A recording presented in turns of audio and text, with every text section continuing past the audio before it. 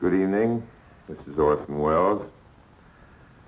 And it's my great pleasure to introduce this evening in this series of great silent films, one of the great films of all time, one of my favorites, The General, by and with Buster Keaton.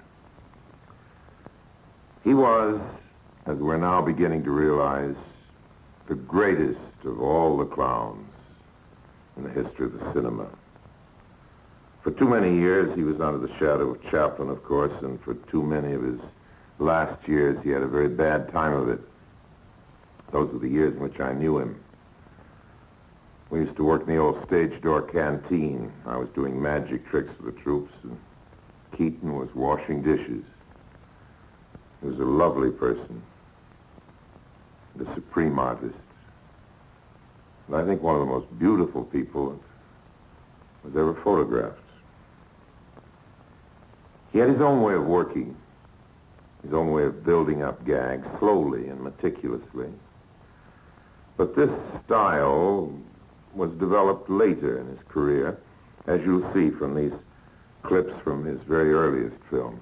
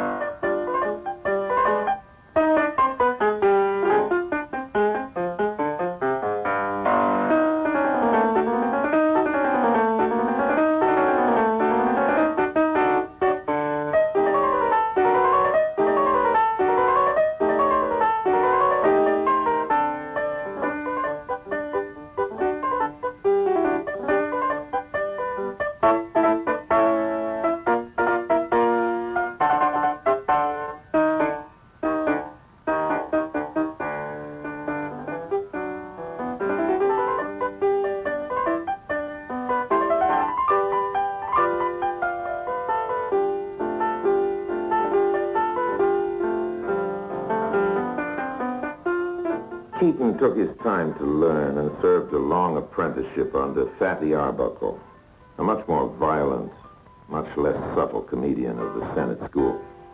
Keaton initially was little more than a fall guy in the Arbuckle comedies, playing not the second banana, but even third banana, with another acrobatic comedian, Al St. John, picking up some of the flack.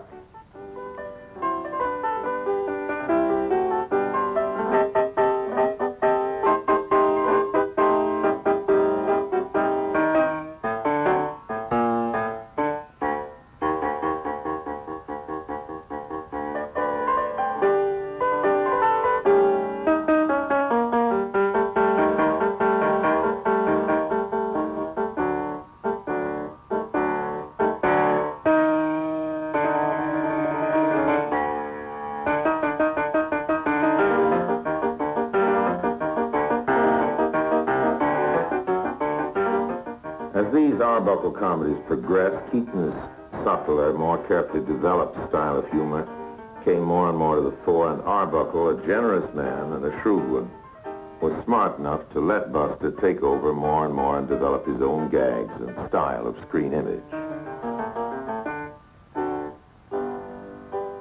By 1922, in Cops, Keaton was entirely on his own, entirely in control of all his films.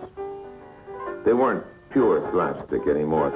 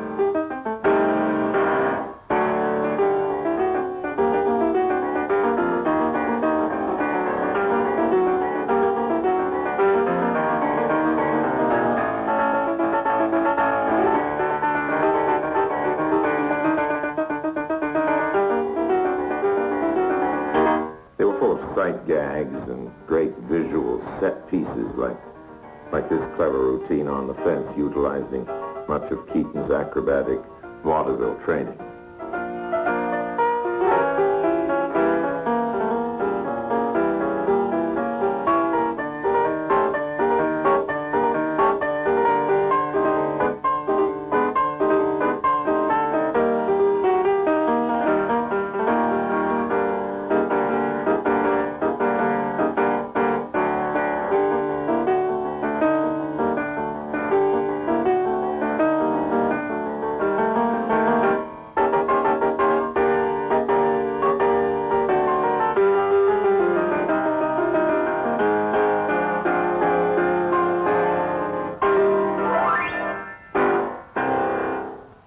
While in one of his last two real comedies, The Balloonatic, here's a perfect example of the comedy of futility that was so much a part of the Keaton makeup as he plays the Sir Walter Raleigh gallant to a young lady who neither cares for his affections, nor certainly is worthy of them. Something that was to become a trademark of later Keaton comedies.